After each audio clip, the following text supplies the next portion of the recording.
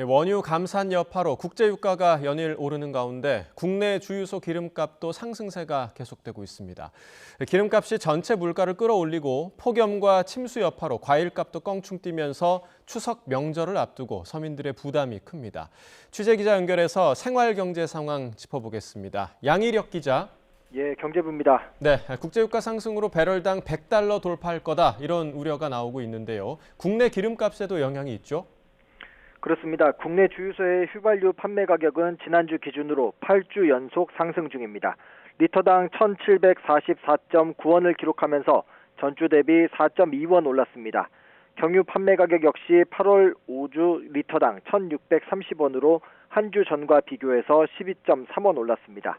이번 주 역시 오름세는 계속되고 있습니다. 어제는 전국 평균 휘발유 값이 1,750원을, 경유값은 1,642원을 넘어섰습니다. 문제는 국제유가가 2, 3주 정도 시차를 두고 국내 시장에 반영된다는 점입니다.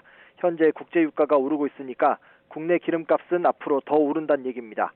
이 때문에 휘발유 가격이 1,800원대를 넘어서 국내 휘발유 값과 경유값이 2,000원대를 돌파했던 지난해 여름 같은 고유가 상황이 재현되는 것 아니냐는 우려가 일각에서 나오고 있습니다.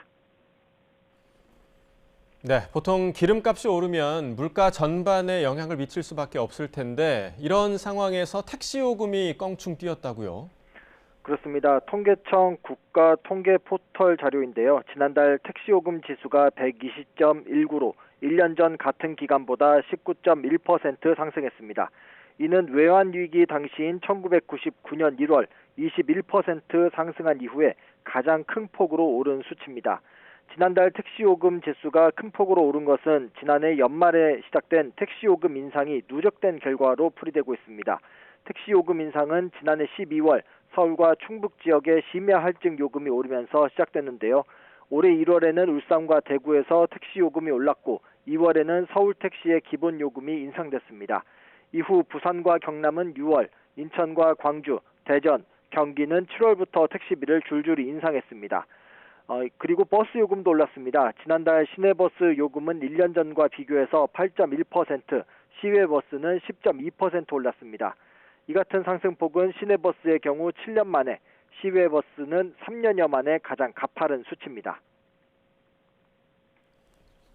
네, 이제 추석이 한 달도 안 남았습니다. 차례상에 빠질 수 없는 게 바로 과일인데 이 과일 값이 이미 비싼데 지난해보다 2배 넘게 오를 거다 이런 전망도 나왔다고요? 네, 사과가 특히 그렇게 전망되고 있습니다. 한국농촌경제연구원 연구 결과인데요.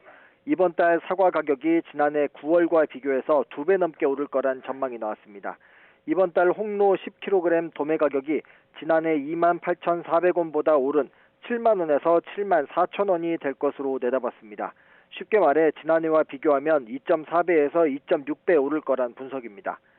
배 가격 상승세도 만만치 않습니다. 이번 달 신고배 도매 가격이 15kg 기준으로 지난해보다 최대 67.7% 오른 5만 1,000원에서 5만 5천 원 사이가 될 것으로 내다봤습니다.